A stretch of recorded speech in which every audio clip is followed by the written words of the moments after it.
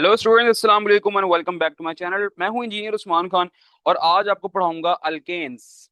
Alkanes क्या होते हैं इसके बारे में थोड़ा सा इंट्रोडक्शन हमने किया था अपने लेक्चर नंबर 1 के अंदर, इसी चैप्टर के लेक्चर नंबर 1 के अंदर। और अगर अभी तक लेक्चर नंबर 1 नहीं लिया तो आप जरूर उस लेक्चर को सुन के आओ, तो फिर जाके इस लेक्चर पे आना, नहीं तो ये लेक्चर बिल्कुल समझ नहीं आएगा। और एक बात मैं और बता दूं कि ये लेक्चर जो है ना बड़ा ही इंपॉर्टेंट है। हाइड्रोकार्बन्स की ना बिल्कुल बेसिक है ये। बुनियादी चीजें हाइड्रोकार्बन्स की, बुनियादी स्ट्रक्चर्स जो हैं, वो स्ट्रक्चर्स किस तरह बनते हैं, किस तरह हम कार्बन हाइड्रोजन को अरेंज करते हैं, वो सारी बातें आज के लेक्चर में हम पढ़ेंगे और ये लेक्चर बहुत इंपॉर्टेंट होने लगा है। तो आपसे सिर्फ और सिर्फ एक ही गुजारिश होगी कि आपने फुल ईमानदारी के साथ, अगर आप इस वीडियो पे आ गए हो तो आपने फुल ईमानदारी के साथ इस लेक्चर को सुनना है। तो मैं आपको यकीन से कह सकता हूँ ये 20-25 मिनट के अंदर ना अगले आपको ये कॉन्सेप्ट सारा समझ आ जाएगा। और ये कंप्लीट चैप्टर जो है ना, उसमें जो कुछ कहीं पर भी आपको फॉर्मूले नजर आएंगे, स्ट्रक्चर्स नजर आएंगे, फॉर्मूलाज तो नहीं लेकिन स्ट्रक्चर्स नजर आएंगे, और हाँ फॉर्मूलाज भी नजर आएंगे, बिल्कुल आएंगे हाइड्रोकार्बन्स के। तो वो सारा कुछ जो है ना आप आराम से बना सकते हो, खुद से कर सकते हो, सिर्फ आज का लेक्चर ध्यान से सुन लोगे अगर। चलो जी, ज्यादा ही मैंने तमहीद बांध दी है लेक्चर की, लेकिन सिर्फ आप लोगों को कहना था कि आपने ध्यान से सुनना है इस बातों को मेरी। तो अब हम स्टार्ट करते हैं लेक्चर को। अल्केन्स। अल्केन्स पढ़ाने से पहले ना मैं थोड़ी सी आपको बातें बता दूं कि हमने लेक्चर नंबर 1 के अंदर क्या पढ़ा था। लेक्चर नंबर 1 के अंदर हमने देखा था कि ऑर्गेनिक केमिस्ट्री क्या होती है। ऑर्गेनिक केमिस्ट्री क्या होती है। उसके बाद हमने देखा था कि ऑर्गेनिक केमिस्ट्री की ही आगे एक टाइप है जिसका नाम है हाइड्रोकार्बन्स। ठीक है, हाइड्रोकार्बन्स। और हाइड्रोकार्बन्स हम इसी चैप्टर के अंदर डील कर रहे हैं। और मैंने कहा था कि हाइड्रोकार्बन्स जो है ना वो डिवाइड हुए हैं, वो कैटेगराइज हुए हैं इनटू 4 ग्रुप्स।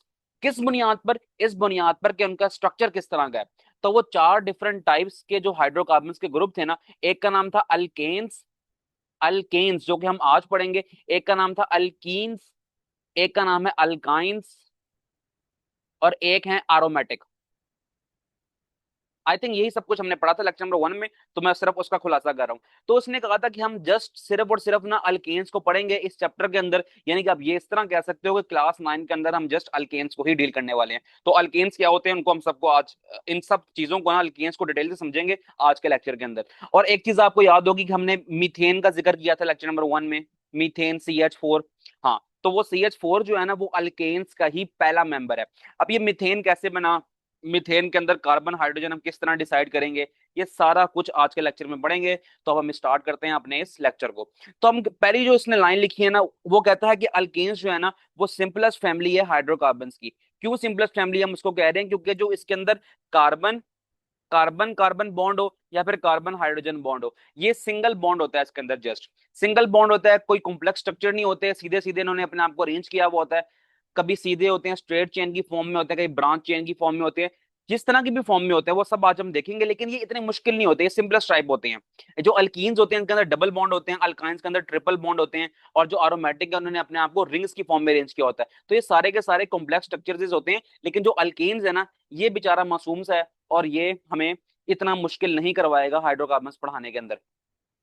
बहरहाल, अगली जो बात करता है ना, कहता है कि अल्केन्स को हम सैचुरेटेड हाइड्रोकार्बन्स भी कहते हैं। इस बारे में भी मैंने आपसे पहले डिस्कस किया था कि सैचुरेटेड कौन से होते हैं, जिनके दरमियान में सिंगल कोवलेंट बॉन्ड हो, और अनसैचुरेटेड कौन से होते हैं, जिनके दरमियान में डबल और ट्रिपल कोवलेंट बॉन्ड हो, जैसे कि अल्कीन्स और अल्काइंस। तो अल्केन्स कौन से हो गए? सैचुरेटेड हो गए। एक बात इसने मजीद डिटेल से यहाँ पर बताई हुई है, कहता है कि जो कार्बन है ना, मैं मजीद बताता हूँ आपको कि कार्बन जो है ना वो है ग्रुप 14 का मेंबर। कार्बन कौन से ग्रुप का मेंबर है? ग्रुप 14 का। ये हमने डिस्कस किया था पिछले लेक्चर में भी, और ये अमूमन ये बात हम चैप्टर नंबर 8 और 9 पढ़ के आए थे ना, तो वहां पर भी डिस्कस किया था।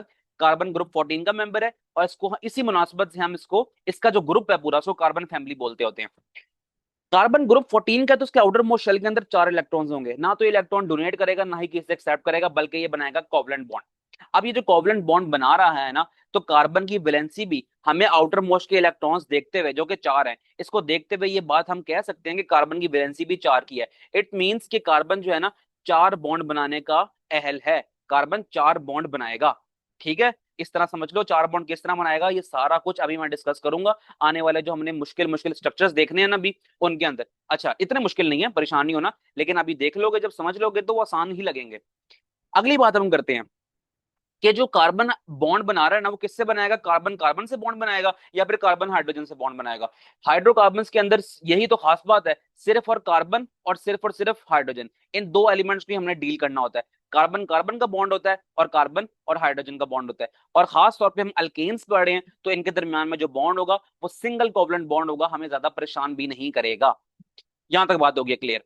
अगर हम एक और बात करें कि जो है एक और मेंबर हमारे पास अगर हो अल्केन्स का, पहला मेंबर था मीथेन, दूसरा मेंबर होता है इथेन। इसके बारे में मैंने डिस्कशन की थी, CH3 सिंगल बॉन्ड CH3। ये किस तरह बना ये सब कुछ मैं आज ही बताने लगा हूं आपको।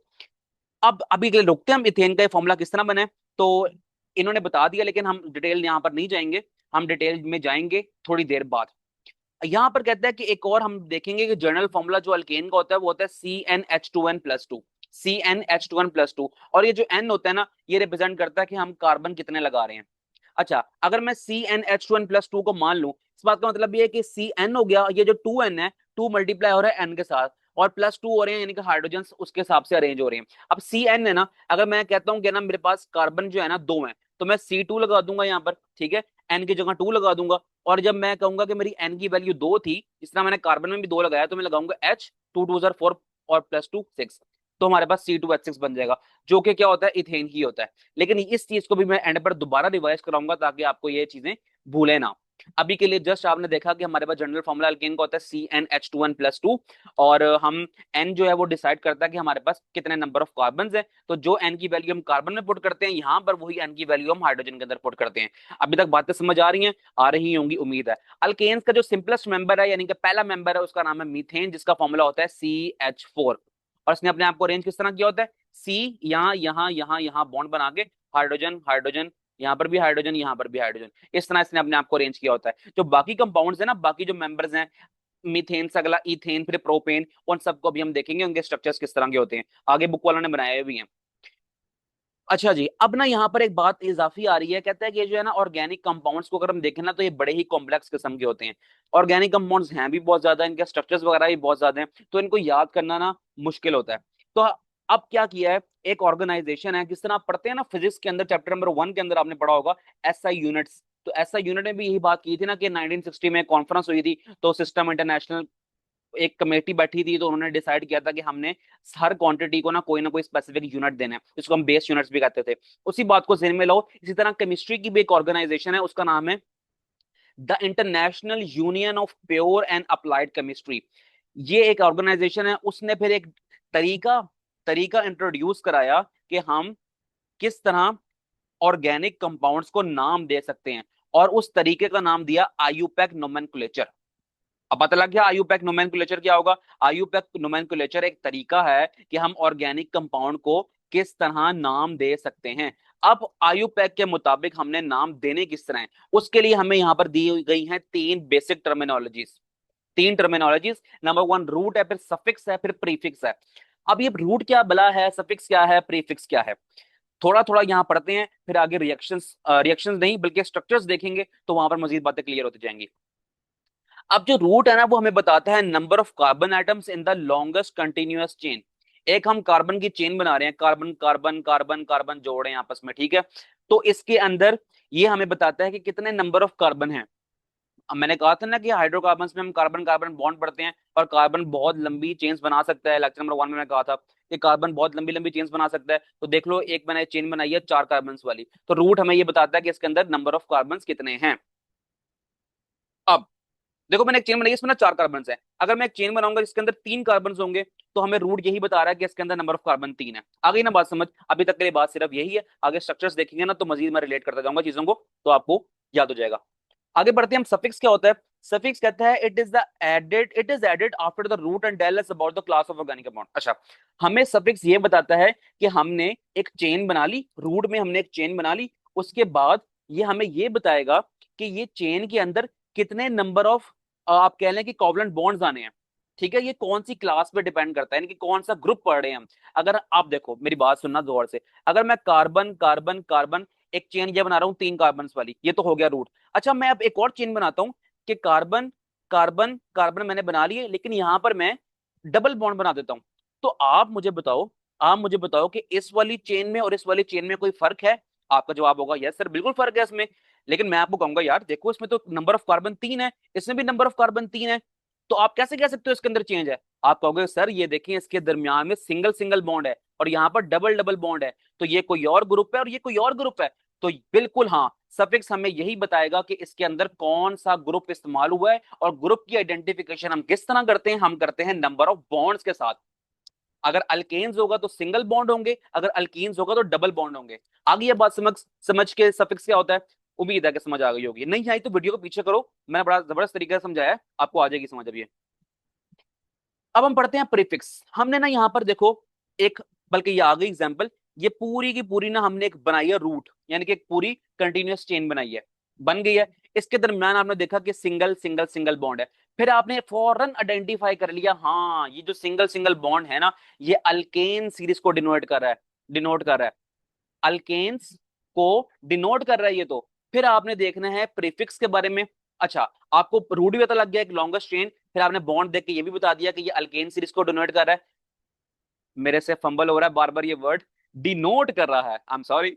ओके, फिर सफिक्स, सफिक्स का भी बता दिया आपने बॉन्ड्स देख के। और फिर प्रीफिक्स का जब हम बात करेंगे तो आप कहोगे कि जो इजाफी कंपाउंड लगा हुआ है ना नीचे एक लॉन्ग चेन के साथ, एडिशनल कंपाउंड जो लगा हुआ है, क्या कह सकते हैं, एक लॉन्ग चेन के साथ एडिशनल कंपाउंड या फिर सब्स्टिट्यूएंट लगा हुआ है, सब्स्टिट्यूएंट लगा हुआ है या फिर एडिशनल कंपाउंड लगा है, उसको हम कह देंगे प्रीफिक्स। मैं दोबारा से अपनी बात को रिवाइज करूंगा। मैंने कहा है कि आयुपैक नेम्स किस तरह डिसाइड किए गए हैं, इस तरह डिसाइड किए गए हैं।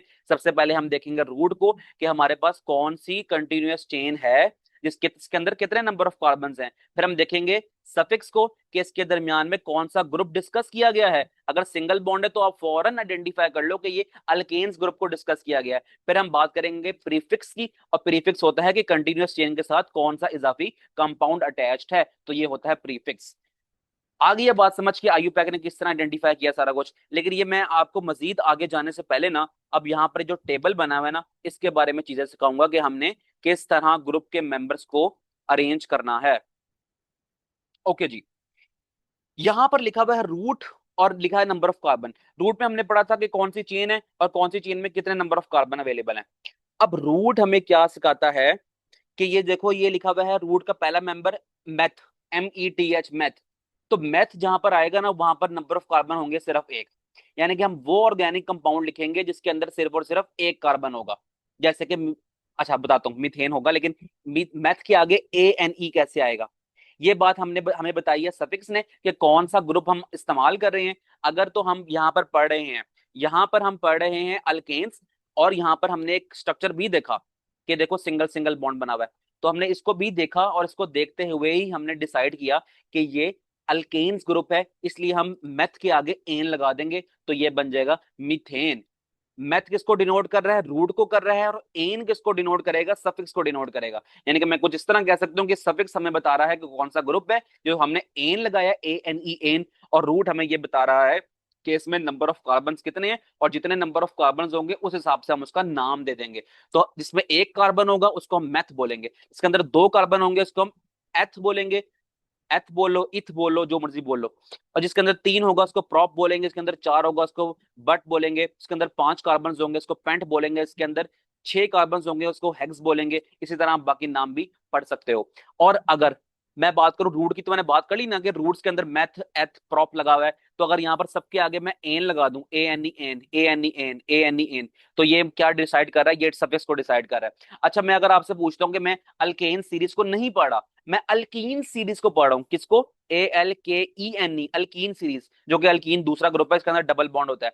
तो फिर मैं यहाँ पर क्या करूंगा, मैथ तो होता ही नहीं है उसमें, उसमें एथ होता है, तो मैं एन की जगह इथीन कर दूंगा, ENE, क्या हो गया इसको, ENE इन कर दूंगा मैं इसको, ठीक है। तो ये अभी, लेकिन हम अल्कीन्स पे नहीं जा रहे, हम जस्ट अल्केन्स की बात करें, तो मैं इसको लेते हुए एग्जांपल समझाऊंगा आपको। तो रूट भी समझ आ गया, रूट डिसाइड कर रहा है नंबर ऑफ कार्बन, और नंबर ऑफ कार्बन की बुनियाद पर उसने नाम दिए हैं, जैसे कि एक कार्बन वाला मैथ हो गया। और सफिक्स डिसाइड कर रहा है कि हम कौन सा ग्रुप पढ़ रहे हैं, तो हम अल्केन्स का ग्रुप पढ़ रहे हैं, तो हम यहाँ पर ANE एन लगा देंगे। हमें कैसे पता लगा हम अल्केन पढ़ रहे हैं, क्योंकि हम रूट देखेंगे, रूट के अंदर जो है ना हमारे पास कार्बन किस तरह अरेंज हुए हैं, क्या उन्होंने सिंगल बॉन्डिंग की हुई है, क्या उन्होंने डबल बॉन्डिंग की है, क्या उन्होंने ट्रिपल बॉन्डिंग की हुई है। तो हम उसके हिसाब से इसको नाम दे देंगे एन, इन और आइन, ठीक है। अल्काइंस के अंदर YNE आइंस लगा देंगे। आगे ये बात समझ, अब हम मजीद आगे चलते हैं तो फिर आपको मजीद बातें समझ आ जाएंगी। यहाँ पर देखो हम ना ये बट वाली एग्जांपल को लेकर चलेंगे, हमारे पास जो रूट है वो बट है, और हम आगे सिंगल बॉन्ड वाला पढ़ रहे हैं, तो हम उसको अल्केन्स की मुनासबत से एन्स लगा देंगे। देखो अल्केन्स की स्पेलिंग लिखो आप, ALKANES। तो एन आ गया, तो वही एन हमने यहाँ पर लगाया है। ठीक है, ये एन डिनोट कर रहा है सफिक्स को, और ये जो बट है वो डिनोट कर रहा है रूट को। तो ब्यूटेन हम पढ़ेंगे अब कंपाउंड, तो ब्यूटेन कंपाउंड के अंदर होते हैं 4 नंबर ऑफ कार्बन। लेकिन अब आ गई है हमारी बारी इस चीज को देखने की, जिसको हमने कहा था कि हम बाद में देखेंगे, जनरल फॉर्मूला CnH2n+2। मैंने कहा था कि जो एन है ना वो नंबर ऑफ कार्बन को डिनोट करेगा, तो आप बता दो कि नंबर ऑफ कार्बन यहाँ पर कितने हैं, बट के अंदर वो 4 हैं। तो हम कह देंगे बट नहीं, अब ये हो गया ब्यूटेन, और ब्यूटेन के अंदर नंबर ऑफ कार्बन 4 हैं। तो मैं जो फॉर्मूला मेरे पास था, क्या फॉर्मूला था मेरे पास, CnH2n+2। अब इसके अंदर मैं क्या लगाऊंगा, मैं कहूंगा एन तो मेरे पास 4 है, क्योंकि मैं ब्यूटेन को डिस्कस कर रहा हूं, तो मैं एन की जगह 4 लगाऊंगा, तो हमारे पास हो जाएगा C4H। यहाँ पर मैं 4 लगा रहा हूँ, ठीक है, तो 2 4 2 क्या होता है 8, और +2 10 10, C4H10 हो गया। C4H10 ये मेरे पास हो गया मॉलिक्यूलर फॉर्मूला किसका, ब्यूटेन का। ठीक है, कौन सा ब्यूटेन है, ये है भाई साहब ब्यूटेन, और इसका मॉलिक्यूलर फॉर्मूला हो गया C4H10। किसकी मुनासबत से, जो जर्नल फॉर्मूला है उसकी मुनासबत से, उससे मैंने ड्राइव किया है इसको। यहां तक बात क्लियर होगी है। अब ब्यूटेन को लेकर चलूंगा, क्योंकि बुक वालों ने ब्यूटेन को ही लेकर चले हैं सारे, वो सारे जो एग्जांपल्स दिए ना ब्यूटेन की ही दिए हैं, तो मैं उसी को लेकर चलता हूँ। ओके जी, C4H10। अब मैंने क्या करना है, मैंने C4H10 को लिखने की कोशिश करनी है। देखो यहाँ पर लिखा हुआ है, लेकिन ये वो तरीका नहीं है जो मैं बता रहा हूँ, मैं बिल्कुल बेसिक से स्टार्ट कर रहा हूँ। देखो आगे देख लेते हैं क्या पता उन्होंने लिखा हो, तो वहीं से चल लेते हैं। नहीं लिखा हुआ, मैं खुद बताता हूँ आपको। ये जो C4H10 है ना, इसको हम किस तरह लिखेंगे, हम लिखेंगे कार्बन की वैलेंसीज को देखते हुए हम इसको अरेंज करेंगे। C4 है ना, सबसे पहले आप 4 कार्बन बनाओ, 1 2 3 और ये 4, आपने बना लिए 4 कार्बन। और हम ब्यूटेन पढ़ रहे हैं, ANEN पढ़ रहे हैं, इट मींस कि हम अल्केन्स पढ़ रहे हैं, और अल्केन्स के अंदर होता है सिंगल बॉन्ड। तो आप यहां पर बना दो सिंगल बॉन्ड, इसमें के दरमियान में भी, इसके दरमियान में भी, इसके दरमियान में भी। अब देखो कि कार्बन जो है उसकी वैलेंसी कितने की है, आपका जवाब होगा कार्बन की वैलेंसी 4 की है। तो कार्बन कितने बॉन्ड बनाएगा, कार्बन बनाएगा 4 बॉन्ड्स। तो इस पहले वाले कार्बन का देखो एक बॉन्ड हो गया, ये पेन को क्या हो रहा है, एक बॉन्ड हो यहां पर हो गया, एक बॉन्ड यहां हो गया, एक बॉन्ड यहां हो गया, और एक बॉन्ड यहां पर हो गया। तो इस कार्बन के 4 बॉन्ड हो गए। आपका जवाब होगा हाँ, इस कार्बन के 4 बॉन्ड हो गए। अब यही वाला जो बॉन्ड है ना, वो इस कार्बन के साथ भी है। ठीक है, तो इस कार्बन का एक बॉन्ड यहां पर, एक बॉन्ड यहां पर, एक बॉन्ड यहां पर, और एक बॉन्ड यहां पर। इस कार्बन के भी 4 हो गए। इस कार्बन का ना एक बॉन्ड ये वाला है, एक यहां पर, एक यहां पर, 3 हो गए, चौथा ये हो गया। इस कार्बन का ना एक बॉन्ड यही वाला है, और एक ये, एक ये, और एक ये। पता है ना कोवलेंट बॉन्डिंग क्या होती है। तो कोवलेंट बॉन्डिंग जो बीच में मैंने डार्क किए हुए हैं ना, ये दोनों कार्बन के साथ बॉन्ड को रिप्रेजेंट कर रहा है। तो एक हाइड्रोजन मैं यहाँ लगाऊंगा, एक मैं यहाँ लगाऊंगा, एक यहाँ लगाऊंगा, एक यहाँ, यहाँ, फिर यहाँ, फिर यहाँ, फिर यहाँ, यहाँ और यहाँ। देखो थोड़ा बहुत गंदा हो गया, पता नहीं मेरे पेन को क्या मसला है, ये थोड़ा इस तरह का लिखता है, लेकिन आपको उम्मीद है बातें समझ आ रही होंगी। इसको मैं रेस करके दोबारा लिखवाता हूँ आपसे, तो क्या पता आपके हम साफ लिखने में कामयाब हो जाएं, अल्लाह करे ऐसा ही हो। आप लोग देखा करो मेरी वीडियोस, ताकि यूट्यूब मुझे पैसे दे और मैं अच्छा लैपटॉप ले लूँ, ठीक है ना बच्चों, शाबाश। ओके जी, यहाँ पर देखें, कार्बन है, फिर कार्बन, फिर कार्बन, फिर कार्बन। कार्बन की वैलेंसी 4 की है। तो ये पहला कार्बन एक बॉन्ड यहाँ पर बना लेगा, एक यहाँ बना लेगा, एक यहाँ बना लेगा, एक यहाँ बना लेगा। सिमिलरली अगला कार्बन एक यहाँ बनाएगा, एक यहाँ बनाएगा, एक यहाँ बनाएगा, 3 हो गए। और चौथा बॉन्ड जो है ना, ये कार्बन के साथ है इसका। ये वाला कार्बन एक यहाँ बना रहा है, एक यहाँ बना रहा है, एक यहाँ बना रहा है, आखिरी वाला एक यहाँ बनाएगा, यहाँ बनाएगा, यहाँ पर बनाएगा, और चौथा बॉन्ड जो है ना इसके साथ ये वाला है। तो कार्बन कार्बन के दरमियान में बॉन्ड है, और कार्बन और हाइड्रोजन के दरमियान में बॉन्ड है। तो ये कार्बन ने अपने 4 4 बॉन्ड, हर कार्बन ने अपने 4 बॉन्ड पूरे कर लिए हैं। ठीक है, ये हमने लिख लिया ब्यूटेन का स्ट्रक्चर। अगर मैं मजीद इसको, इस स्ट्रक्चर की बजाय इसको मैं मजीद कंडेंस कर लूं, मतलब इसको एक छोटी फॉर्म में करके लिखूं, तो मैं इसको इस तरह लिखूंगा। ये कार्बन देखो, कार्बन है ना, इसके बाद ये हाइड्रोजन है, ये हाइड्रोजन है, ये हाइड्रोजन है, तो मैं लिख दूंगा CH3। ठीक है, फिर ये बॉन्ड लगाऊंगा, ये बॉन्ड, ये मैंने बॉन्ड लगाया, फिर ये कार्बन है, इसका एक हाइड्रोजन, ये एक हाइड्रोजन, ये है, तो ये हो जाएगा CH2। फिर अगला वाला बॉन्ड लगाऊंगा, फिर ये कार्बन है, इसके साथ ये हाइड्रोजन, ये हाइड्रोजन है, फिर मैं लगाऊंगा CH2। और फिर मैं एंड पे क्या करूंगा, एक और बॉन्ड बनाऊंगा, ये वाला, ये वाला, और फिर ये कार्बन का ये और ये, तो ये हो जाएगा CH3। ठीक है, CH3 single bond CH2, single bond CH2, single bond CH3। अब आपने परेशान बिल्कुल भी नहीं होना, आपने ये मुझे हरगिज नहीं कहना कि कार्बन की 4 वैलेंसियां कैसे पूरी हुई। इस कार्बन ने ना अपनी 3 वैलेंसियां इस H3 के साथ पूरी की हैं, और एक वैलेंसी ना अपनी अगले कार्बन के साथ पूरी कर ली बॉन्ड बना के। सिमिलरली इस वाले कार्बन ने क्या किया, 2 वैलेंसीज अपनी इस दो हाइड्रोजन के साथ पूरी कर ली, एक इस कार्बन से बॉन्ड बनाया और एक इस कार्बन से बॉन्ड बनाया। आगे भी आप देख सकते हो, अभी थोड़ा सा गंदा हो गया, मुझे इस पे गंद नहीं मानना चाह रहा। आगे ये बात तो समझ, तो फिर बहुत अच्छी बात है। अच्छा बच्चों आगे देखो, मैं थोड़ा सा ना एक रफ पेज खोल लेता हूँ, वहां पर मजीद समझाता हूँ बातें आपको। मैंने जो ब्यूटेन का स्ट्रक्चर लिखा था ना, वो मैंने कुछ इस तरह लिखा था। CH3 single bond CH2 single bond CH2 और एंड पे CH3। अगर ना मुझसे कहा जाए कि आपने इस ब्यूटेन के साथ एक और कंपाउंड को ऐड करना है, तो फिर मैं क्या करूंगा? तो फिर मैं ना कंपाउंड यहां पर ऐड कर लूंगा, क्या है यहां पर ऐड कर लूंगा। ठीक है, मैं अब कहता हूं कि मैंने ना कंपाउंड जो है ना वो यहां पर ऐड करना है। और कंपाउंड मेरे पास क्या होगा? कंपाउंड एक ऑर्गेनिक कंपाउंड यानी कि हाइड्रोकार्बन ही होगा। और वो कंपाउंड हो सकता है कि मीथेन, मीथेन होता है ना CH4, मीथेन से निकला हुआ ही मिथाइल होगा। अब मिथाइल किस तरह होता है? मिथाइल हर वो कंपाउंड होता है कि जिस मिथेन में से हमने एक हाइड्रोजन निकाल दिया हो। अगर हम CH4 को CH3 कर देंगे तो ये हमारे पास बन जाएगा मिथाइल।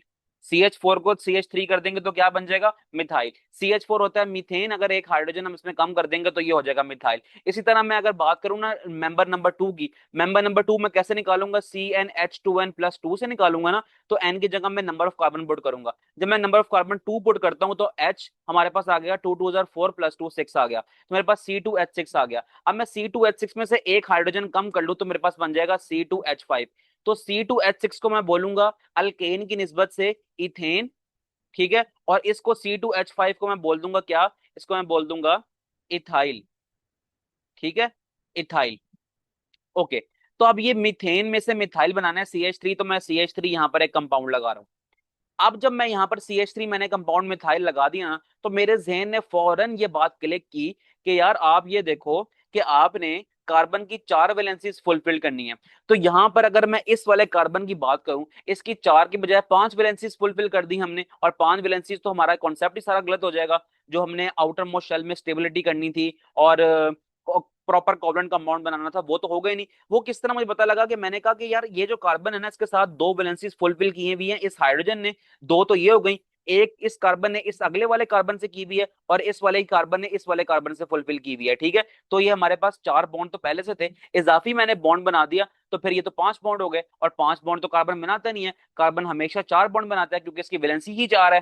तो फिर मैंने फौरन एक काम करना है कि मैं यहां से ना, मैं यहां से क्या करूंगा?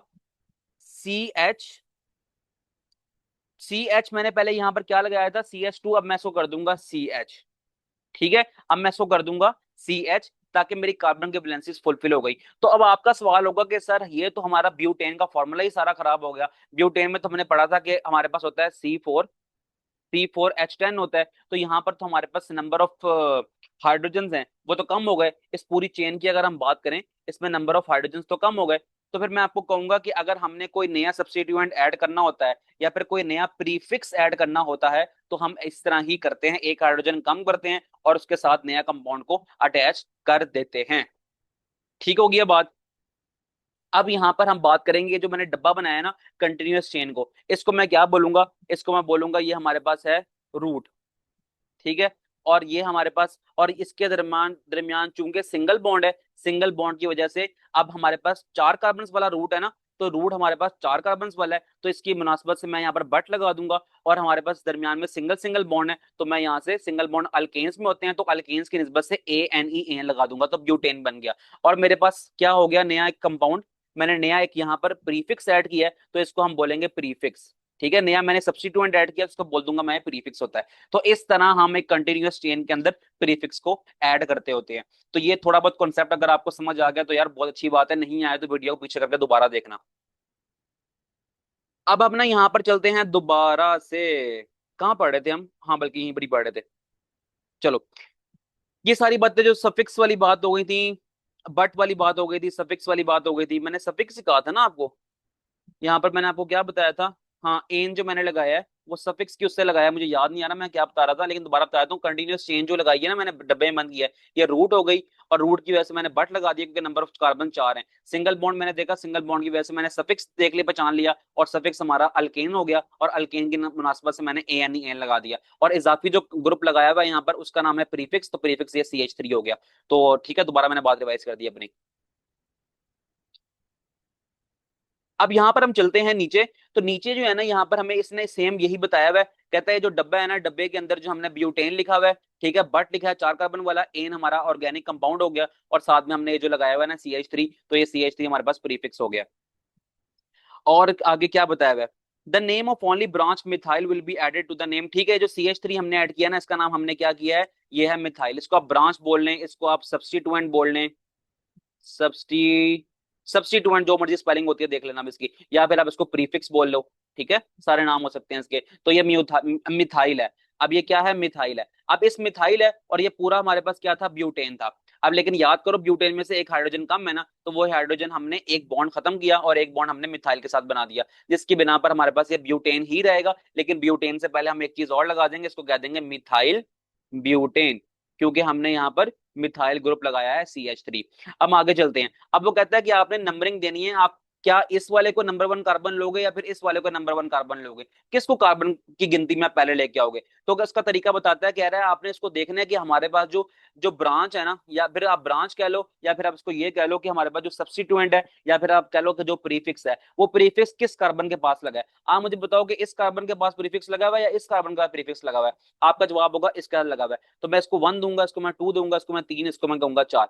तो ये हमारे पास 4 नंबर ऑफ कार्बन हो गए। सिमिलरली इसने यहाँ पर इसको 1 लिया, इसको 2 लिया, इसको 3 लिया, इसको 4 लिया, और यहाँ पर हमारे पास लगा हुआ है मिथाइल। अब देखो ये टू टू दूसरे कार्बन के ऊपर मिथाइल लगाया हुआ है, दूसरे कार्बन में हमने मिथाइल को अटैच किया हुआ है, तो इसी वजह से हम कहेंगे कि 2 मिथाइल, और ग्रुप कौन सा था हमारे पास, पूरा पूरा रूट और पूरा सफिक्स हमारे पास कौन सा था, रूट रूट था हमारे पास बट, और सफिक्स था हमारे पास एन, तो उससे ब्यूटेन हो गया। और इसका नाम इसने आइसोब्यूटेन हरगिज नहीं होता, गलत लिखा हुआ है, काट दो इसको। इसका नाम सिर्फ और सिर्फ 2 मिथाइल ब्यूटेन है, या फिर अगर आइसो की फॉर्म में लिखना है ना, तो फिर ये आइसोपेंटेन बनेगा, ब्यूटेन नहीं बनेगा। लेकिन इतनी बड़ी खिचड़ी नहीं बनाना चाहता मैं यहाँ पर आपको, मैं जस्ट कहूंगा कि आइसोब्यूटेन जो लिखा हुआ है ना, इसको आप यहाँ पर काट दो, और जस्ट आप इसको यहाँ पर लिख लो 2 मिथाइल ब्यूटेन। और एंड पे देखो ब्यूटेन का स्ट्रक्चर लिखना दिखाया था मैंने आपको, मैंने कहा था कि जब इसमें कोई ब्रांच ऐड नहीं होगी तो हम इसका स्ट्रक्चर इस तरह लिखेंगे, जो बनता है हमारे पास फॉर्मूला C4H10। ठीक है, किस तरह निकाला था मैंने, CnH2n+2 से निकाला था C4H10, और यहाँ पर देखो यही ब्यूटेन का फॉर्मूला लिखा हुआ है। जस्ट फर्क क्या है कि यहाँ पर हमने 2 हाइड्रोजन की बजाय 1 हाइड्रोजन कर दिया, ताकि कार्बन की एक वैलेंसी खाली हो जाए। जब कार्बन की एक वैलेंसी खाली होगी तो उसके साथ हम एक नया आप कह लो प्रीफिक्स, या फिर आप एक कह लो कि नया हमने एक ग्रुप ऐड कर दिया, या फिर आप इसको कह लो कि नई एक ब्रांच ऐड कर ली। अब जिसमें ब्रांच नहीं होगी, इट मींस हमने ब्रांच को यहाँ से, ये CH3 वाली ब्रांच है ना, इसको यहाँ से रिमूव कर दिया ना। जब हमने रिमूव किया तो हमारे पास कार्बन की वैलेंसी खाली हो गई, तो हमने H की बजाय इसको H2 कर दिया, तो अब हमारे पास ये कंपाउंड इस तरह पूरा हो गया। तो यार मैंने कोशिश तो की है कि ये सारी कॉम्प्लेक्स बातें आपको बड़ी आसान तरीके से समझा दूं। मेरा ख्याल है कि मैं आपको समझा पाया हूँ। अगर नहीं समझ आएगा फिर से, तो हम दोबारा लेक्चर बना लेंगे इसका, ऐसी कोई बात नहीं है। आपने बस वीडियो को 2-3 बार देख के समझने की कोशिश करनी है। अच्छा बच्चों, अब हम करते हैं एक्सरसाइज के क्वेश्चंस। एक ऊपर क्वेश्चन है हमारे पास और एक यहाँ पर नीचे क्वेश्चन है, लेकिन अभी हम देखते हैं बारी बारी करके। ये वाला जो क्वेश्चन है ना, इसके 2 पार्ट्स हैं। अब ये दोनों पार्ट्स हमें क्या बता रहे हैं, अभी अभी हम ऊपर देख के आए थे कि हमने किस तरह किसी भी कंपाउंड को उसका आयुपैक नेम देना है, किसी भी कंपाउंड को उसका आयुपैक नेम किस तरह देना है, वो सारी बातें मैं दोबारा से डिस्कस करूंगा यहाँ पर, ताकि फिर आपकी कॉन्सेप्ट मजीद क्लियर हो जाए। अब देखो जी, सबसे पहले ना हमने देखना है कि हमने पहले अपनी 3 टर्म्स याद करनी है, रूट, सफिक्स और प्रीफिक्स वाली बात। तो सबसे पहले ना हम यहाँ पर देखेंगे कि इसमें कंटिन्यूअस चेन, पहले वाले में देखेंगे कंटिन्यूअस चेन कौन सी है, लॉन्गेस्ट कंटिन्यूअस चेन। तो ये लॉन्गेस्ट कंटिन्यूअस चेन हमारी जो है ना, वो ये वाली लग रही है, ठीक है। ये हमारी लॉन्गेस्ट कंटिन्यूअस चेन है। इसके अंदर अब हमने देखना है कि रूट क्या है। अब रूट किस तरह डिसाइड करेंगे, हम रूट डिसाइड करेंगे इसके अंदर नंबर ऑफ कार्बन कितने हैं। जब हम इसमें देखेंगे ना कि इसके अंदर नंबर ऑफ कार्बन कितने हैं, तो इस बात का मतलब ये है कि हम रूट का डिसाइड कर रहे हैं कि रूट का नाम क्या है इसमें। तो इसमें रूट का नाम है पेंट, ठीक है। ऊपर वो जो टेबल बना है ना, उसमें आप देख भी सकते हो। तो 5 कार्बन वाले को हम कहते हैं पेंट, ठीक है। कंटिन्यूअस चेन के अंदर कार्बन देखने हैं, इजाफी कार्बन नहीं देखने। आप ये ना कहो कि भाई ये भी कार्बन है ये भी कार्बन है, ऐसा नहीं देखना। हमने कंटिन्यूअस चेन के अंदर कार्बन देखने हैं बस, ठीक है, पेंट। अब हम सफिक्स की बात करें इसके, तो सफिक्स क्या होगा, सफिक्स ये होगा कि हम यहाँ पर बताएं कि हमारे पास जो ग्रुप है, या फिर आप ये कह लें कि हमारे पास कौन सा हाइड्रोकार्बन है। तो क्या वो सिंगल बॉन्ड वाला हाइड्रोकार्बन है, हाँ आपका जवाब होगा बिल्कुल सिंगल बॉन्ड वाला है। और सिंगल बॉन्ड वाले को हम क्या कहते हैं, अल्केन्स। क्या, अल्केन्स, जो कि हम पढ़ के आ रहे हैं। तो एंड में क्या आ रहा है, ए एन नहीं आ रहा है, तो मैं पेंट के आगे भी ए एन ही लगा दूंगा, तो ये हमारे पास कंपाउंड का नाम हो गया पेंटेन। लेकिन अभी ठहर जाओ, अभी खत्म नहीं हुई है बात। बात हमारी यहाँ पर ये देखो, हमने देने हैं अब इसके नंबर ऑफ कार्बन। क्या देने हैं, नंबर ऑफ कार्बन देने हैं। और अभी हमने बात की है पेंट तक रूट की और एन तक सफिक्स की, अब प्रीफिक्स की बात भी तो करनी है। तो ये जो इजाफी लगी होती है ना जो ब्रांचेस, उसको प्रीफिक्स कहते हैं। अभी बता के आ चुका था पहले मैं। अब हम तीसरी बात करेंगे कि इसके अंदर ना प्रीफिक्स कितने हैं। तो प्रीफिक्स कौन से हैं पहले ये देखेंगे हम। प्रीफिक्स जो है ना CH3, और ये बॉन्ड ऊपर यानी कि इस तरह CH3 लिखा हुआ है, ये बॉन्ड के साथ लगा हुआ है CH3। तो इसको हम क्या बोलते हैं, इसको हम बोलते हैं मिथाइल। अभी मैंने बताया था कि मीथेन होता है CH4, अगर हम CH4 में से एक हाइड्रोजन कम कर लें तो ये हो जाएगा CH3। अब एक हाइड्रोजन कम किया ना तो एक वैलेंसी भी खाली होगी, तो ये बॉन्ड आ गया CH3 बॉन्ड। जिस तरह ये बना हुआ है, जिस तरह ये बना हुआ है, इसको हम बोल देंगे क्या, मिथाइल। METHYL, मिथाइल, ठीक है। ओके जी, अब प्रीफिक्स भी डिसाइड हो गया, सफिक्स भी डिसाइड हो गया, रूट भी डिसाइड हो गया। अब नेक्स्ट हमारा टास्क क्या है, नेक्स्ट हमारा काम यह है कि हम इसके अंदर नंबरिंग दें, कि हमने कार्बन नंबर कहाँ से स्टार्ट करनी है। क्या हमने कंटिन्यूस चेन के अंदर कार्बन यहाँ से स्टार्ट करना है, या फिर इस लॉन्गेस्ट कंटिन्यूस चेन के अंदर कार्बन यहाँ से स्टार्ट करना है। तो फिर उसका जो रूल है, उसका रूल ये है कि आपको देखना पड़ेगा कि हमारे पास जो ब्रांच लगी हुई है ना, जो ब्रांच हमारे पास लगी हुई है वो किस कार्बन के पास लगी है। क्या इस कार्बन के पास लगी है, इस कार्बन के पास लगी है, सोच के बताओ। तो जो मुझे नजर आ रहा है ना वो इस कार्बन के पास ये ब्रांच पहले करीब लगी हुई है। तो जिस कार्बन के करीब ब्रांच लगी होगी उसको हम नंबर 1 देंगे, वहां से यानी कि हम चेन स्टार्ट करेंगे। नंबर 1 कार्बन है, नंबर 2 कार्बन है, नंबर 3 कार्बन है, नंबर 4 कार्बन है, नंबर 5 कार्बन है। ये हमारे पास हो गए कितने, 5 कार्बन। आगे नेक्स्ट टास्क क्या है हमारा, एक सेकंड में पेन को जरा लाइट कर लूं फिर बात करते हैं आगे, ठीक है। अब जो हमारे पास अगला टास्क है ना वो ये है कि हमने बताना है, बंद हो जा बंद हो जा बंद हो जा, हो गया। अब हमने ये बताना है, इसका पूरा प्रॉपर नाम देना है। अब हमने प्रॉपर नाम क्या देना है, हमने ये बताना है कि हमारे पास जो एक ब्रांच है ना वो लगी हुई है दूसरे कार्बन के ऊपर, और ब्रांच का नाम क्या, मिथाइल। यानी कि दूसरे कार्बन पर मिथाइल लगा हुआ है और तीसरे कार्बन के ऊपर भी मिथाइल लगा हुआ है ना, ऐसा ही है ना। तो हम इसका नाम किस तरह देंगे, हम इसका नाम देंगे टू, कार्बन की निस्बत से टू, ठीक है, दूसरे कार्बन में लगा हुआ है, कॉमा 3। अगला अगला जो ब्रांच है वो किस पे लगा हुआ है, तीसरे कार्बन में लगा हुआ है। फिर डैश डालेंगे, फिर आगे लिखेंगे कि आपके पास जो ब्रांच है वो लगी क्या है, उसका नाम क्या है, उसका नाम है मैं मिथाइल। लेकिन मिथाइल कितने हैं, एक मिथाइल और दो मिथाइल, दो मिथाइल हैं। तो हम दो की वजह से डाई लगा देंगे, डाई मिथाइल, METHYL, मिथाइल। और हमारे पास पूरी जो ये रूट और सफिक्स क्या मिला के बना था, पेंटेन, तो हम यहाँ पर लगा देंगे पेंटेन। 1 मिनट के लिए इसको देखो, जरा ध्यान से देखो, और कुछ अगर बात समझ नहीं आई है तो मुझे कमेंट सेक्शन में जरूर बता देना। बाकी जो बातें थी ना इसमें, 2,3 डाई मिथाइल पेंटेन इसका नाम बन गया, और किस तरह लिखना है वो सब मैंने आपको बता दिया। तो जिस जो कुछ हम ऊपर पढ़ के आए ना उसका कॉन्सेप्ट यहाँ पर रिवाइज हो रहा है। मेरा ख्याल है कि अब सारी बातें क्लियर हो गई होंगी। अब हम एक काम करते हैं, चलते हैं अपने नेक्स्ट वाले की तरफ। तो मैं ना ये ऊपर से गन मिटा देता हूँ सारा, बस सिर्फ नाम लिखा रहने देता हूँ। तो बाकी आपने वीडियो पीछे करके देख लेना कि मैंने क्या क्या किस तरह समझाया है इसको। तो अब जो नेक्स्ट है ना, ये पेंटेन वाला नाम बिठा रहा हूँ मैं, क्योंकि अगले का नाम लिखना है अब हमने। अब मैं नेक्स्ट देखूंगा मेरे पास सबसे लंबी कंटिन्यूअस चेन कौन सी है। तो मैंने डिसाइड किया मेरी जो कंटिन्यूअस चेन है ना वो ये वाली है। पहला स्टेप हमारा ये हो गया। अब कंटिन्यूअस चेन के अंदर रूट क्या है वो मैं कैसे डिसाइड करूंगा, वो मैं इस तरह डिसाइड करूंगा, मैं देखूंगा इसके अंदर नंबर ऑफ कार्बन कितने हैं। तो नंबर ऑफ कार्बन बताओ कितने, 1 2 3 और 4। और रूट वाले टेबल में से हम देख के आएंगे कि 4 कार्बन वाले को हम क्या कहते हैं, हम 4 कार्बन वाले को कहते हैं बट। अगर हम उसको बट कह रहे हैं, इस बात का मतलब ये हुआ कि हमारे पास स्टार्टिंग में रूट हो जाएगा बट, और हम कौन सा ग्रुप लगा रहे हैं, कौन सा हाइड्रोकार्बन लगा रहे हैं इसमें, तो हम कहेंगे यहाँ पर अल्केन्स लगा रहे हैं। अल्केन्स के एंड पे ANE आता है, तो हमारा सफिक्स जो हो जाएगा ना वो ANE, एन हो जाएगा। कैसे पता लगा, इसके दरमियान में सिंगल बॉन्डिंग देख के, सिंगल बॉन्डिंग देख के हमने फौरन आइडिया लगा लिया कि ये अल्केन्स की बात हो रही है। तो यहाँ पर हमारे पास रूट बट बन गया, और जो सफिक्स है वो एन बन गया। अब तीसरी बात है प्रीफिक्स की, तो प्रीफिक्स देख लो, अब ये CH3 और यहाँ पर CH3 लगे हुए हैं, तो ये दोनों CH3 का नाम क्या है, अभी अभी बताया था, इसका नाम होता है मिथाइल। तो ये मिथाइल लगे हुए हैं। अब हमारे पास जो अगला टास्क है वो क्या है कि हमने कार्बन कार्बन की नंबरिंग देनी है। अब नंबरिंग किस तरह देंगे, अब हम नंबरिंग देंगे, अच्छा मैं यहाँ नंबरिंग लिख देता हूँ पहले आपको ना, ताकि आप ना पूरी पूरी बात करना, जब पेपर में इस तरह क्वेश्चन है ना तो नंबरिंग भी जरूर लिखना आप साथ में, ठीक है। अच्छा अब हम नंबरिंग देंगे, नंबरिंग देखेंगे कि हमारे पास जो प्रीफिक्स है वो किस कार्बन के पास लगा हुआ है, इस कार्बन के पास लगा हुआ है, इस कार्बन के पास लगा हुआ है। तो आपका जवाब होगा जी इस कार्बन के पास लगा हुआ है, एक ऊपर और एक नीचे। और किस कार्बन नंबर पे लगा हुआ है वो अब हम देखते हैं नंबरिंग देते वक्त। पहला कार्बन ये हो गया, दूसरा कार्बन ये हो गया, तीसरा कार्बन ये हो गया, चौथा कार्बन हमारे पास ये हो गया।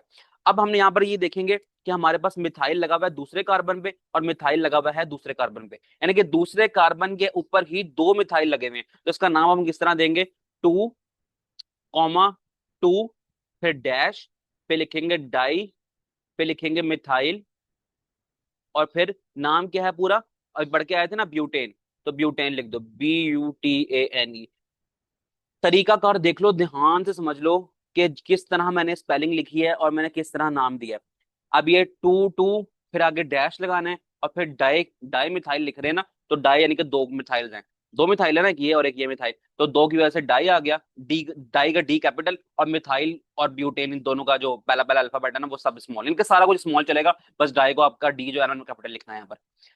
तो आपने लिखना किस तरह, बिल्कुल इसी तरह नाम देने हैं, नंबरिंग देनी है कार्बन की आपने ऊपर, जिस तरह मैंने नंबरिंग दी है, फिर आपने उसके नाम देने हैं एज इट इज, जिस तरह ये अभी यहाँ पर हुआ है ना एज इट इज इसी तरह लिखना है। और ये मोस्ट इंपॉर्टेंट शॉर्ट क्वेश्चन है ये, किसी सूरत नहीं छोड़ना इसको। ठीक है, अब हमारा ये कॉन्सेप्ट क्लियर हो गया है। अब मेरा ख्याल है कि कुछ रह नहीं गया इसमें। चलते हैं हम नेक्स्ट क्वेश्चन की तरफ। वो हमसे कहता है कि how many methyl and methylene groups are present in each of the above compound. Above compound कौन से, मीथेन, इथेन, प्रोपेन और ये ब्यूटेन। पहले मैं बता दूं आपको कि स्ट्रक्चर किस तरह लिखे हुए, फिर मैं क्वेश्चन की तरफ दोबारा जाता हूं, फिर आपसे आपको डिस्कस करवाता हूँ ये। तो जी देखो, पहले हमारे पास लिखा हुआ है मीथेन, और मीथेन होता है सी और चार हाइड्रोजन लगाए हुए होते हैं, तो इसका फॉर्मूला क्या हो गया, CH4 हो गया, बिल्कुल ठीक है। और डॉट एंड क्रॉस जो है ना, मैंने बताया था चैप्टर नंबर 3 के अंदर कि डॉट का मतलब भी इलेक्ट्रॉन होता है और क्रॉस का मतलब भी इलेक्ट्रॉन होता है, और ये किसके बराबर होते हैं, ये एक कोवलेंट बॉन्ड के बराबर होते हैं। तो ये एक कोवलेंट बॉन्ड अगर यहाँ पर हम लगा रहे हैं ना, इसकी जगह हम एक डॉट और क्रॉस लगा देंगे, इस कोवलेंट बॉन्ड की जगह भी डॉट एंड क्रॉस, इस कोवलेंट बॉन्ड की जगह भी डॉट एंड क्रॉस, इस कोवलेंट बॉन्ड की जगह भी dot and cross. Chapter number 3 के अंदर मैंने कोवलेंट बॉन्डिंग पढ़ाई थी, वहां पर मैंने ये बात डिटेल से डिस्कस की थी। अब फिर खैर दोबारा रिवाइज हो गई है। और इसमें क्या बताने वाली बात है, हाँ उसमें बस एक और बताने वाली बात ये है कि आप देखो एक डॉट है और एक क्रॉस है, तो जस्ट हम क्रॉस वाला इलेक्ट्रॉन और डॉट वाला इलेक्ट्रॉन अलग अलग क्यों लिखते हैं, ये दोनों ही इलेक्ट्रॉन है, दोनों की वैल्यू सेम है, लेकिन अलग अलग इसलिए लिखते हैं ताकि हम दो डिफरेंट काइंड ऑफ एटम्स में फर्क कर सकें। हम कह सकेंगे कि क्रॉस का इलेक्ट्रॉन हाइड्रोजन का, डॉट का इलेक्ट्रॉन जो है ना वो कार्बन का।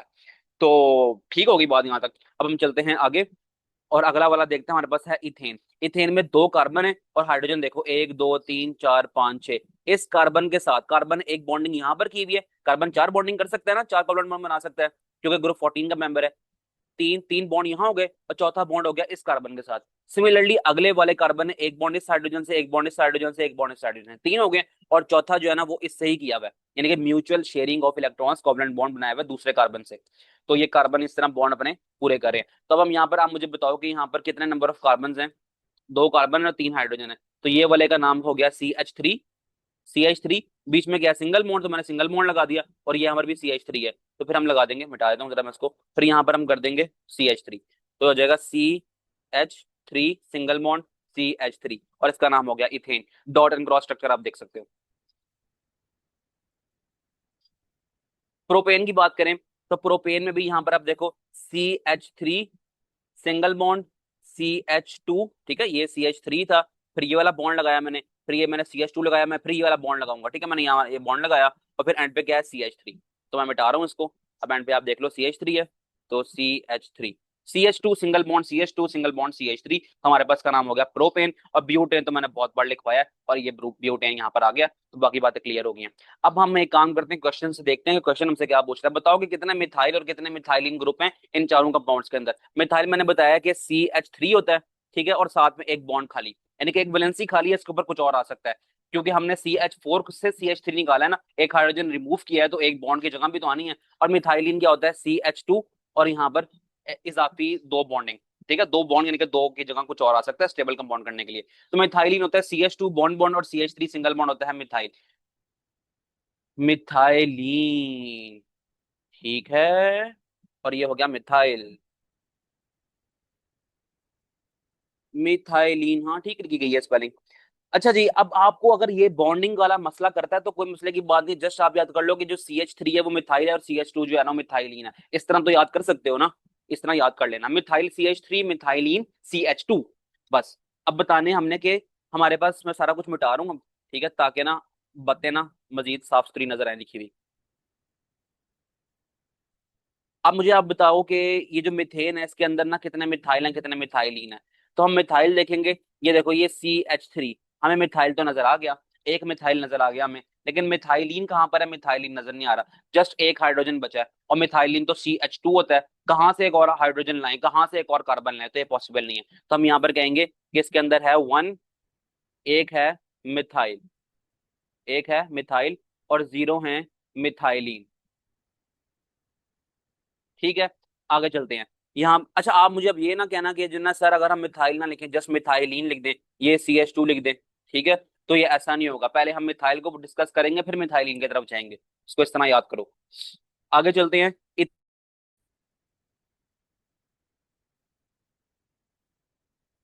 आगे चलते हैं हम बच्चों इथेन की तरफ। इथेन के अंदर आप बताओ, ये CH3, CH3 क्या होता है? मिथाइल। और ये अगला भी CH3, तो ये भी हो गया मिथाइल।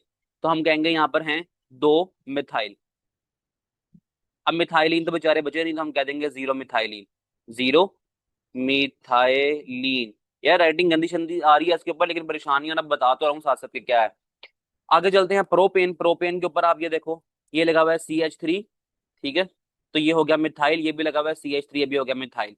तो हम कहेंगे यहाँ पर दो हैं मिथाइल, METHYL मिथाइल। और मिथाइलिन कितने? ये देखो, ये CH2 नजर आ गया, ये CH2 मिथाइलिन है। तो अब आप कह दो कि वन वन मिथाइलिन, मिथाइलिन। अब वो बॉन्डिंग की बात करूं, देखो बॉन्डिंग में नजर आ रही है यहाँ पर साफ साफ। अगर आप मिथाइलिन की बात करूं मैं, अगर इसकी, तो मिथाइलिन में मैंने कहा था कि CH2 होता है और इधर इधर दो तरफ बॉन्ड होते हैं। अभी किस तरह लिखा गया यार, आई एम सॉरी, दोबारा लिखता हूँ। CH2 यहाँ पर बॉन्ड, यहाँ पर बॉन्ड। तो ये देखो, ये CH2 ये वाला हो गया, और एक यहाँ पर बॉन्ड, एक यहाँ पर बॉन्ड, हो गया ना मिथाइलिन के पूरे। अगर हम मिथाइल की बात करेंगे, तो ये CH3 हो गया, उसके साथ वाला एक बॉन्ड। तो मिथाइल को हम यही तो करते हैं, CH3 और एक बॉन्ड। तो ये मिथाइल मिथाइलिन की बॉन्डिंग के केस में भी आप समझ सकते हो, इस तरह पूरा हो गया। बाकी ये देखो, ये हो गया हमारे पास CH3 और साथ में इसका एक बॉन्ड, तो ये हो गया मिथाइल। यहाँ पर देखो, ये CH3 और साथ में ये बॉन्ड, ये भी मिथाइल हो गया, दो मिथाइल हो गए। और यहाँ पर देखो CH2, और यहाँ पर भी देखो CH2, इस तरफ भी बॉन्ड, इस तरफ भी बॉन्ड, इस वाले का इस तरफ भी बॉन्ड, इस तरफ भी बॉन्ड, ठीक है। ये जो बीच में बॉन्ड होता है ना, ये दोनों तरफ, दोनों का बॉन्ड होता है ये। तो यहाँ पर हमारे पास हो गए दो मिथाइल और दो मिथाइलिन, ठीक है, दो मिथाइल और दो मिथाइलिन। आ गई है ना बात समझ? CH2 और दोनों तरफ बॉन्ड होगा तो वो होगा मिथाइलिन। CH3 और एक बॉन्ड होगा तो वो होगा मिथाइल। अब ये एक बॉन्ड दो बॉन्ड वाली कहानी क्या है, मैं फिर बताता चलूं कि देखो, हमने ना CH4 मीथेन से निकाले हैं ये। अब मीथेन का CH4 है तो वो स्टेबल है। जब हम इसमें से एक हाइड्रोजन निकाल लेंगे तो ये CH3 बन जाएगा, लेकिन एक हाइड्रोजन निकाल गया तो फिर क्या अनस्टेबल नहीं हो गया? तो वो वही यहाँ पर एक बॉन्ड बना रहा है, कहता है देखो एक मेरा बॉन्ड है, इसका कुछ और लागे लगा दो ताकि मैं स्टेबल हो जाऊं। तो इस तरह ये CH3 और एक बॉन्ड के साथ मिथाइल बना है। और इसी तरह ये जब CH2 कर देंगे तो दो वैलेंसियां खाली हो गई, तो दोनों तरफ हमने बॉन्ड लगा दिया, एक यहाँ पर बॉन्ड लगा दिया, एक यहाँ पर बॉन्ड लगा दिया, तो ये मिथाइलिन हो जाता है। ठीक होगी बात? अब हमने ये चैप्टर पढ़ लिया बहुत ध्यान से, और बहुत ही कोशिश की है मैंने कि भरपूर तरीके से समझा सकूं आपको ये सारा कुछ। तो उम्मीद है कि आपको ये पसंद आया होगा। और अगर ये पसंद आया तो वीडियो को करनी है लाइक, चैनल को करना है सब्सक्राइब। और अगर कुछ समझ नहीं आया है तो फिर कोई मसले की बात नहीं, हम दोबारा वीडियो बना लेंगे इसकी, ठीक है। लेकिन आपने कोशिश करनी है वीडियो को 2 से 3 बार सुनना है, ताकि आपको सारे कॉन्सेप्ट इसके अंदर क्लियर हो जाएं। जो जो इंपॉर्टेंट शॉर्ट क्वेश्चन थे मैंने बता दिया है। ये नीचे वाला भी इंपॉर्टेंट शॉर्ट क्वेश्चन है, ठीक है, इंपॉर्टेंट शॉर्ट क्वेश्चन, और ऊपर वाला भी इंपॉर्टेंट शॉर्ट क्वेश्चन है। उससे ऊपर अगर मैं जाऊं यहाँ पर, तो ये आपको क्या करना पड़ेगा इसमें से क्या करना पड़ेगा? नोमेनक्लेचर तो कभी भी जो है ना वो उस तरह नहीं आता लॉन्ग क्वेश्चन के अंदर। तो जस्ट आप इसके शॉर्ट क्वेश्चन याद कर सकते हैं। शॉर्ट क्वेश्चन में क्या करेंगे कि अल्केन्स की डेफिनेशन याद कर लें, जस्ट आप यहाँ से लेकर और यहाँ तक जनरल फॉर्मूला तक कर लें। बस यहाँ तक कर लें, ये पैराग्राफ याद कर लें, ठीक है। अल्केन्स को हम सिंपलेस्ट हाइड्रोकार्बन्स भी कहते हैं, या फिर what are alkanes, define alkanes, या एक्सप्लेन अल्केन्स, कुछ भी आ सकता है। तो आपने यहाँ से यहाँ तक पैराग्राफ याद कर लेना है। नीचे सिर्फ बातें समझनी है, ये पेपर में कभी भी लॉन्ग क्वेश्चन के तौर पर नहीं आएगा। सारी बातें मैंने समझा दी हैं आपको, फिर एंड पे दो शॉर्ट क्वेश्चन है ये बनते हैं। तो ठीक है जी, मिलते हैं आपसे नेक्स्ट वीडियो में। अपना ख्याल रखें, अल्लाह हाफिज।